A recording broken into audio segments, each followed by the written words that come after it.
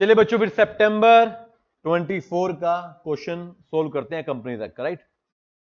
चलिए क्या सोल्व करें हम, कंपनीज एक्ट सितंबर 24। First question, Kamal a chartered accountant, चलो बंदा सी है, देखो आपकी बिरादरी का, chartered is e commerce business by incorporated OPC. As usual OPC का क्वेश्चन आने ही आना।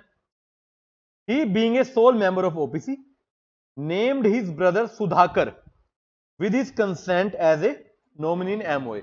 उसने अपने भाई सुधाकर को अपना नॉमिनी बना लिया, very simple. Now Kamal intends to replace the Sudhakar, कह रहे सुधाकर को हटाकर he wants to nominate any one of the following short listed friends as nominee from, date देखना 1 जनवरी 2000। देखिए जहां डेट आए ना हमें हाईलाइट कर लेनी चाहिए क्योंकि डेट की जरूरत पड़ेगी आगे, पक्की बात है। कह रहे मैं ना सुधाकर को हटाता हूं, मेरे दो दोस्त हैं, इन दो में से किसी एक को बनाना है, तो हमें बताना है कि क्या दोनों में से कोई बन सकता है या दोनों बन सकते हैं या एक बन सकता है एक नहीं बन सकता। एक है रोबोट, एक है दिनकर। पढ़ते हैं पहले क्वेश्चन देखते हैं। Reference to provision of companies act advice Kamal regarding eligibility, eligibility निकालनी है हमने, and procedure to be followed for changing the name of nominee. अच्छा मैं स्टार्ट होने से पहले इंटरेस्टिंग बात बताऊं आपको, procedure to change the nominee हमारे सिलेबस में है ही नहीं। इंस्टीट्यूट का मॉड्यूल भी देखोगे लो का नहीं है, ये इंटर में आता है। अब देखो पहले क्वेश्चन में ही सरप्राइज, दो तो बंदे पूछ लिए तुमने 4 नंबर में, फिर तुमने प्रोसीजर भी पूछ लिया। प्रोसीजर हमारे फाउंडेशन के सिलेबस में है ही नहीं, तो इसका तुम, अब देखो आज मैं बता भी दूं, जिस बच्चे ने एग्जाम में दिया कुछ नया वो तो उस दिन कुछ कर ही नहीं पाएगा, तो इसको तो कुछ करना ही नहीं, सिंपल सी बात है ना। ये इंटर का क्वेश्चन उन्होंने उठा के इधर डाल दिया। हमें क्या करना है, दो रोबोट और दिनकर दो बंदे हैं, देखना है कि इन दोनों में से कोई एलिजिबल है या नहीं है, राइट। एक बार बताना नॉमिनी बनने के लिए एलिजिबिलिटी क्या है। नेचुरल पर्सन होना चाहिए, इंडियन सिटीजन होना चाहिए, 120 डेज। अच्छा 120 डेज में ना बड़ी समस्या है, कहते हैं इमीडिएटली प्रीसीडिंग ईयर, राइट, यही लिखा है। और कई पुराने प्रोविजन कहते थे रेजिडेंट होना चाहिए, क्या होना चाहिए। अब वाला प्रोविजन कहता है रेजिडेंट हो, नॉन रेजिडेंट हो, लेकिन 120 दिन हो।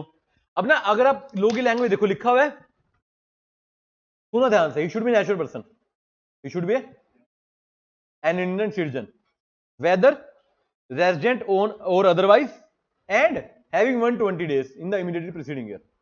अब ना ये प्रोविजन अपने आप में थोड़ा खतरनाक है, पूछो कैसे।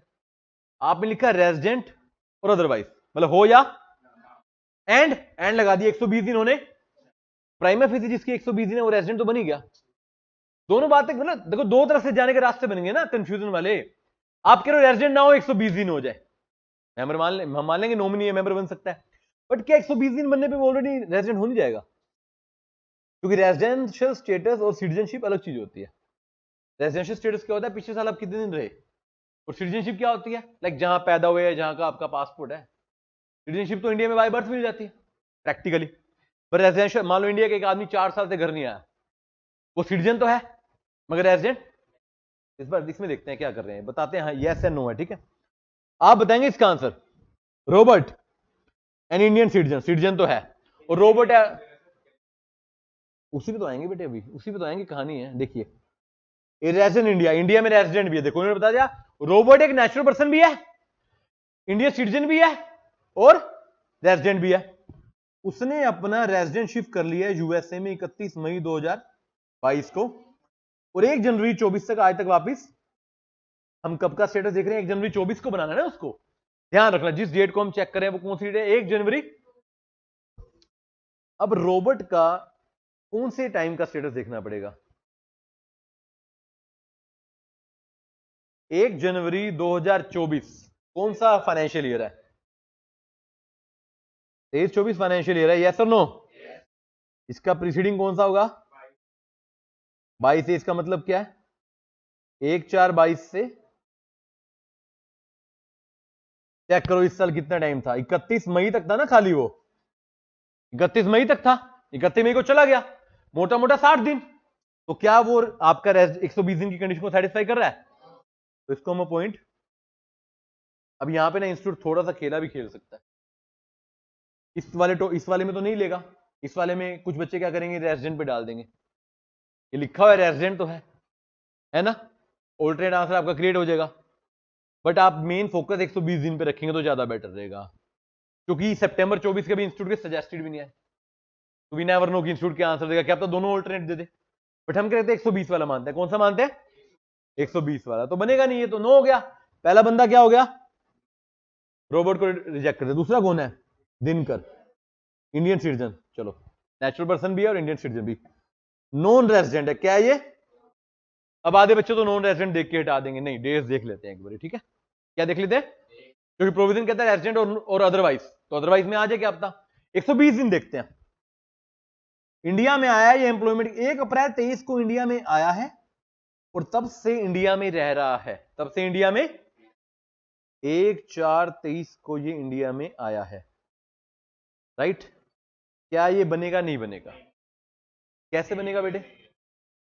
प्रीसीडिंग ईयर मेरा है 22-23। क्या है? 22-23 में तो था इन इंडिया में ये, तो इसका आंसर भी क्या आएगा? अच्छा, इसका भी एक ऑल्टरनेट बन जाता है। पूछो कैसे? यहां पे पता थोड़ी है कैलेंडर ईयर है फाइनेंशियल ईयर है। कैलेंडर ईयर पता क्या होता है? जनवरी से अगर कैलेंडर ईयर में जाओगे तो वो 180 दिन कर देगा। 1 अप्रैल को आया, अप्रैल मई जून जुलाई अगस्त सितंबर अक्टूबर नवंबर दिसंबर, फिर तो कर देगा। तो आपको देखना है जब कुछ भी गिवन, हमारा आंसर प्राइमा फेसी क्या रहेगा? फाइनेंशियल ईयर पे। किस पे रहेगा? बट मैं जानता हूं इंस्टीट्यूट को, इंस्टीट्यूट इसका ऑल्टरनेट देगा कैलेंडर के हिसाब से, देख लेना। मैं सरप्राइजेस इंस्टीट्यूट इसको भी कैलेंडर ईयर में डाल देगा। आप अगर कैलेंडर ईयर में दे रहे हो तो आपको स्पेसिफिक रीजन देना पड़ेगा। अब आपको सर हम बार बार अल्टरनेट आंसर थोड़ी क्रिएट करेंगे, ना क्रिएट करो, अब अपना आंसर दो कि दोनों ही केस में 120 दिन नहीं बन रहे तो दोनों ही एलिजिबल। सिंपल सी बात है। गेटिंग माय पॉइंट और नोट? दोनों ही एलिजिबल, बट अगर कैलेंडर पे जाऊंगा तो सेकंड में ऑल्टरनेट बन जाएगा। तो इसे कहते हैं कंफ्यूजन। फर्स्ट में लिख दिया गया रेजिडेंट और सेकंड में दे दिया गया कैलेंडर ईयर, तो दोनों के ऑल्टरनेट बन सकते हैं ना। बट हम स्ट्रेट बिना ऑल्टरनेट किए, एग्जाम में इतना समय थोड़ी मेरे पास, मैं सोचता रहूंगा इधर उधर की बातें। एक नॉर्मल बच्चा 120 दिन देखेगा तो दोनों का आंसर है वो क्या लगाएगा? नो। और आपका देखो, जब मैं कहता हूं ऑल्टरनेट आंसर आ सकता है, इसका मतलब ये नहीं कि आपका आंसर गलत है, मैं तो आपको बता रहा हूं आ सकता है आपका भी ठीक है। धन्यवाद। तो दोनों का आंसर बच्चे क्या हो गया? कैलेंडर ऑब्वियसली 1 जनवरी 24 को नया कैलेंडर नहीं शुरू हो जाएगा। हाँ, तो ऑब्वियसली 23 वाला देखेंगे, फिर तो कर देगा वो कवर ना। 9 महीने हो जाएंगे उसके बाद। अब 9 महीने में 120 दिन तो होते ही होंगे, ऑब्वियसली बात है ना। धन्यवाद। यस और नो? अब एक बात तो 4 नंबर के हिसाब से मेहनत ज्यादा नहीं है इसमें? अच्छी है यार, 6 नंबर में देते क्वेश्चन देना था। तो अभी तो प्रोसीजर हमने देखा ही नहीं, मतलब इतना लिखने के बाद ही 4 नंबर पूरे हो जाएंगे, प्रोसीजर अलग से पूछ लिया गया, राइट? ऑब्वियसली जो है नहीं तो उसको कैसे करेंगे? ऑब्वियसली जो सिलेबस में ही नहीं है। अगर हम कहे चलो मैं इस बार आपको बता दूं इसका फॉर्म जाता है INC 3 करके, लेकिन उसका क्या करोगे? फिर कोई नया क्वेश्चन आ जाएगा, हर बार आप नया क्वेश्चन बच्चे को बता दोगे, मान लो बता भी दूं मैं, अगली बार वो थोड़ी आएगा। और अगर इंस्टीट्यूट से गलती से डरा है, एग्जामिनर सेट किया, अगली बार तो डालेगा नहीं यार, ऑब्वियसली बात है ना, अगली बार तो डालेगा नहीं। क्लियर है बात? तो 4 नंबर में आप दोनों को क्या कर दो? In eligible. डन है? अगला देखो 3 नंबर में आ गया क्वेश्चन। XYZ कंपनी है was incorporated to hold the patent for a new product. कौन सी कंपनी दिख रही है आपको? ये इसको शायद हम डोरमेट बनाना चाह रहे हैं ना, याद है? कंपनी होल्डिंग इंटेलेक्चुअल प्रॉपर्टी, वो बोला आ गया। Company is expecting to start his commercial production within next 2 year, 2 साल में करेंगे। गवर्नमेंट ले लो, फिर तो लेना चाहिए वैसे तो, यहां तक देखे तो। मीनवाइल वो टाइमली इंस्टॉलेशन, कंपनी ने एक परचेज ऑर्डर किया है प्लांट मशीनरी का, 1 करोड़ पे दे दिया उन्होंने। रेफरिंग टू प्रोविजन, क्या कंपनी डोरमेंट बन सकती है? देखो डोरमेंट कंपनी क्या होती है बच्चों? डोरमेंट कंपनी क्या होती है? जो या तो इंटेलेक्चुअल प्रॉपर्टी रखती है, या फ्यूचर में काम करने के लिए बनी है, या वो इनएक्टिव है। क्या है वो? देखो फ्यूचर प्रोजेक्ट के लिए बनी है, ये तो लिखा है इन्होंने कि 2 साल में काम शुरू करेंगे, और आईपी भी होल्ड कर ही रही है। बट क्या इनएक्टिव है ये? इनएक्टिव क्या होती है? जो वो छोटा मोटा 4 काम कर सकती है, मेंटेनेंस कर सकती है ऑफिस की, आरओसी के बाद डॉक्यूमेंट फाइल करती है, फीस भर सकती है, शेयर लोड वगैरह कर सकती है, और जो डेली के रूटीन के काम है वो कर सकती है, फाइलिंग वाले। इन्होंने कहा है कि 1 करोड़ का प्लांट एंड मशीनरी का ऑर्डर बुक किया है, क्या ये इनएक्टिव है? ये तो एक्टिव होगी।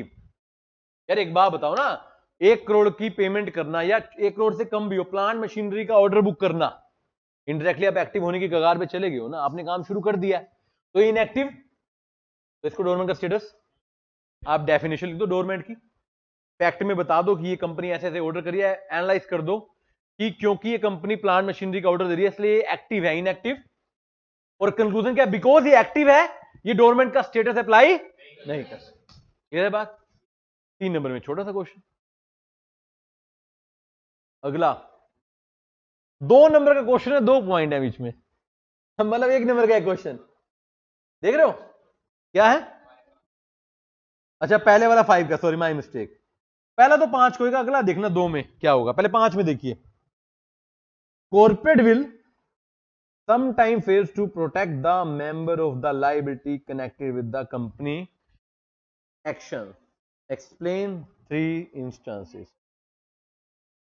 कह रहा है हर बार कॉर्पोरेट विल क्या होती है, सेपरेट लीगल एंटिटी, कह रहा है कॉर्पोरेट विल कभी कभी फेल हो जाती है मेंबर को प्रोटेक्ट करने में, यानी कि लिफ्टिंग की बात करें, किसकी बात करें, लिफ्टिंग के 3 केस डाल दो, 3 केस कौन कौन से डालें, एक प्रोटेक्शन ऑफ रिवेन्यू डाल देते हैं सर दिनशा मानी जी बैटेड वाला, एक वो डाल देते हैं एजेंट वाला, तो बढ़िया था यार 5 नंबर क्वेश्चन, एक डाल देते हैं उसका करेक्टर वाला,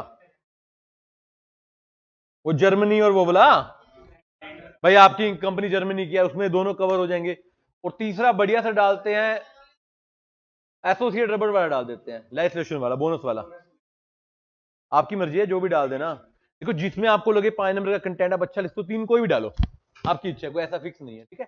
उन्होंने खुद लिखा है, क्या लिखा है उन्होंने, any 3, any. Second question, what is the effect of memorandum and article register, simple, memorandum article when registered become compulsory, सबके लिए होते हैं, और ये मेंबर्स का बाहर के, देखो मेंबर्स का आपस का रिलेशन नहीं बताते, ये मेंबर्स का आउटसाइड से रिलेशन क्रिएट कर देते हैं, इसमें कुछ इसमें जनरल बात लिखनी थी, कुछ ऐसा हार्ड फास्ट रूल नहीं है, ठीक है ना।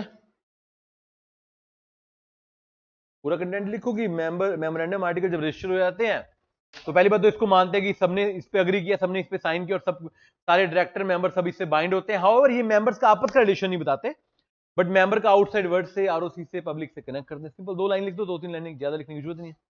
General question, 4th question and 5 question है, ठीक है। 4th क्वेश्चन देखते हैं। अब ये क्वेश्चन बड़ा दिख रहा है और हमें केस भी दिख रहा है, बट ये 4 नंबर में दिख रहा है, पढ़े एक बारी। JV limited borrowed a secured loan of 5 crore from state bank, star bank sorry, 5 crore का लोन लिया, सिंपल है, to meet the working capital. However borrowing power of company under memorandum थी 1 करोड़, मेमोरेंडम में लिखा था 1 करोड़ की पावर है, आपने कितना ले लिया 5 करोड़। चलो बैंक ने लोन दे दिया इन 2 इंस्टॉलमेंट, 1 करोड़, बैंक ने पहले दिया 1 करोड़, फिर दिया 4 crore. Due date for repayment, company refuse to accept the liability on the ground that the borrowing was ultra vires.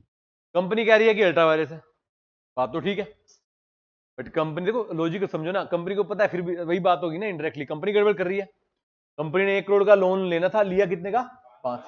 अच्छा prima facie doctrine of constructive notice भी तो है, उन्होंने नहीं पढ़ा लॉजिकली, बाद में ना आगे पढ़ते हैं क्या, अदरवाइज तो मैं देखूँ अल्ट्रावायरस का क्वेश्चन नहीं है, ये कंस्ट्रक्टिव का क्वेश्चन है, बैंक की गलती है नहीं है, सबसे बड़ा तो बैंक बेवकूफ निकला ना, आपने कंपनी को 5 करोड़ का लोन दे दिया और उनका मेमोरेंडम नहीं देखा, लॉजिकल बात है नहीं ना, तो है तो कंस्ट्रक्टिव नोटिस का, बट यहां पे लिखा अल्ट्रावायरस हुआ है, तो मैंने क्या कुछ गड़बड़ होने वाली होगी ना।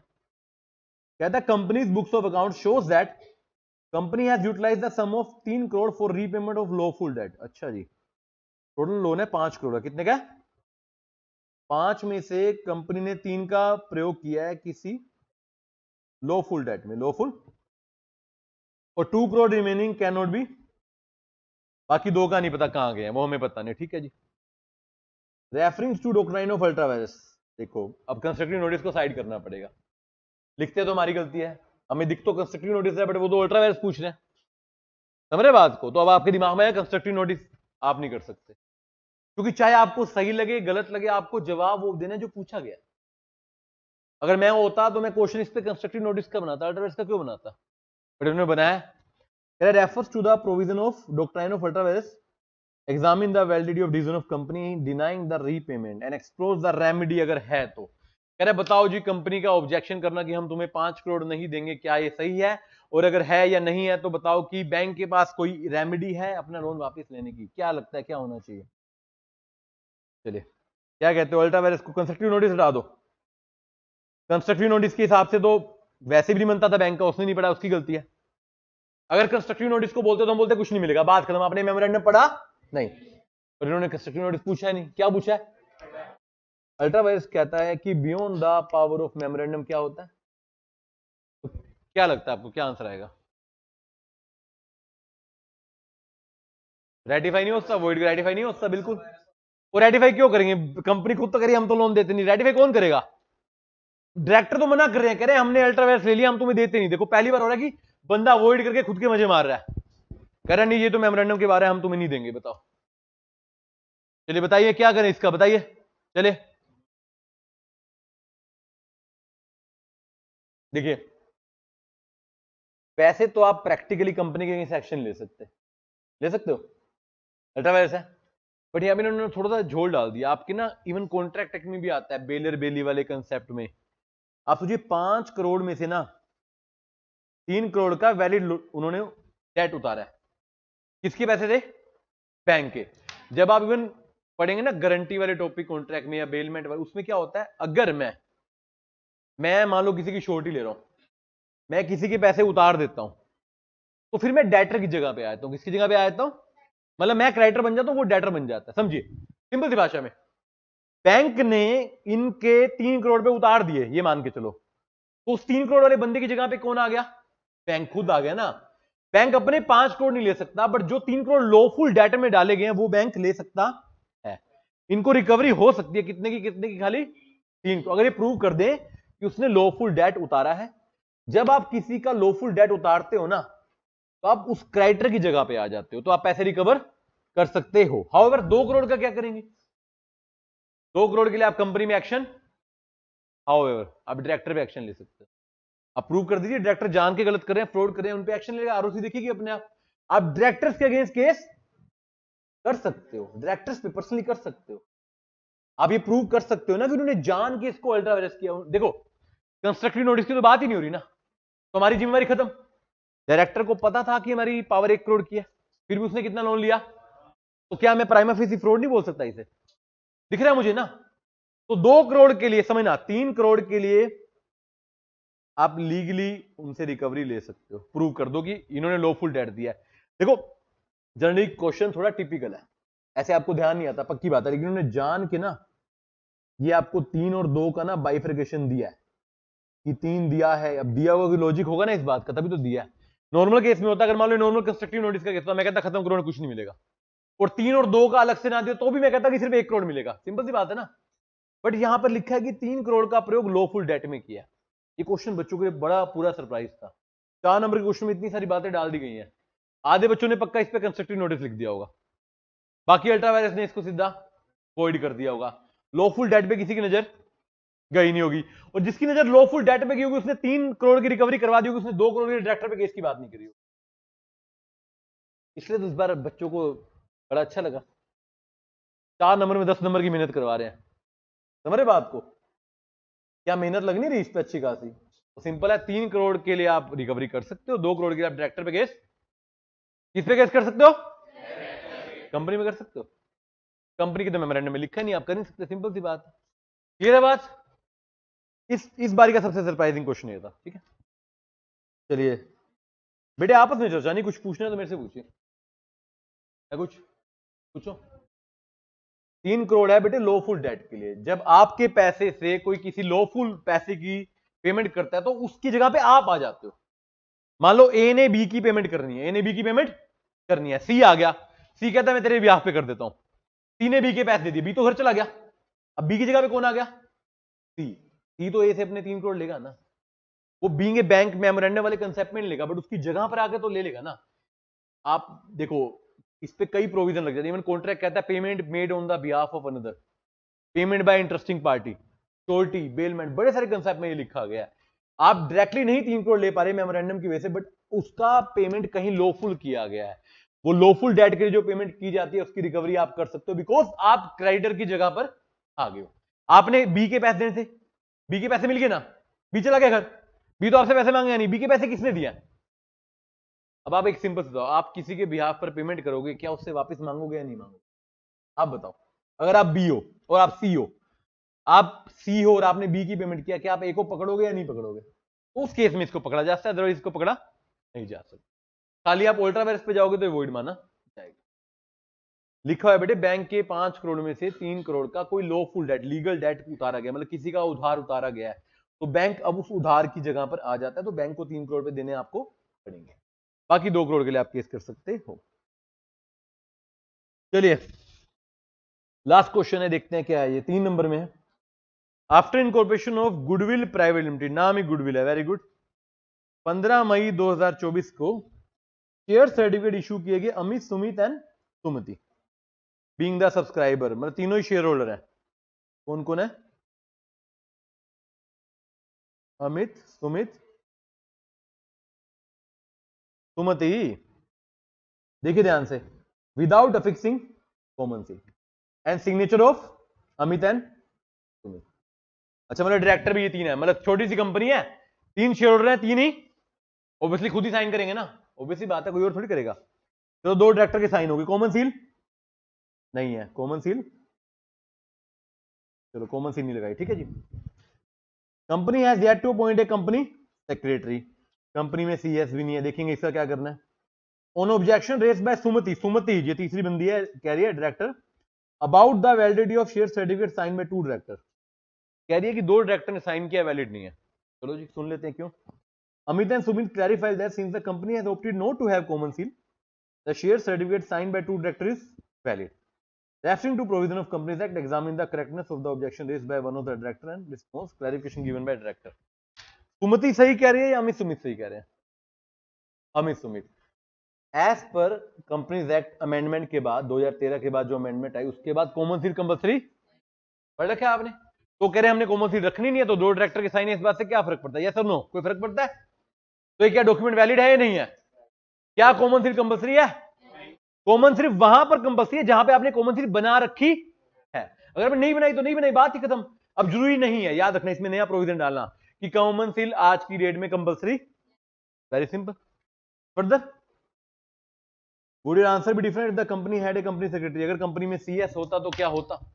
देखो जहां पर सीएस हो, सीएस भी साइन कर सकता है, बट जरूरी नहीं है, 2 डायरेक्टर के साइन सफिशिएंट है, तभी हमारा आंसर चेंज नहीं होता। Simply no, our answer would not be, simple सी बात है, कोई फर्क नहीं पड़ेगा। मतलब तीसरी शेयर होल्डर हिंदी मोले रोला पा रही है बिना बात के, फिर तुमने शेयर कैसे इशू कर दिए? 2 डायरेक्टर के साइन है, कॉमन सील नहीं है, कोई समस्या, बिकॉज कॉमन सील कंपल्सरी क्या है? ऑप्शनल। और देखो ऑप्शनल के लिए उन्होंने क्लैरिफाई भी कर रखा है कि डायरेक्टर ने कहा है कि we have opted not to have, specifically बता दिया हमें कॉमन सील लेनी थी, या तो डाउट होता ना कि शायद होती कॉमन सील, लिखा हुआ है कि कॉमन सील, तो फिर कुछ करने की जरूरत है। दिस इज क्वेश्चन, 5 क्वेश्चन हो गए। अब एक बात बताओ, पांचों में से एक बार पांचों को जज करते हैं। पहला क्वेश्चन 120 दिन में कोई खास मुश्किल नहीं था, ऑल्टरनेट बनता है बट मुश्किल था नहीं।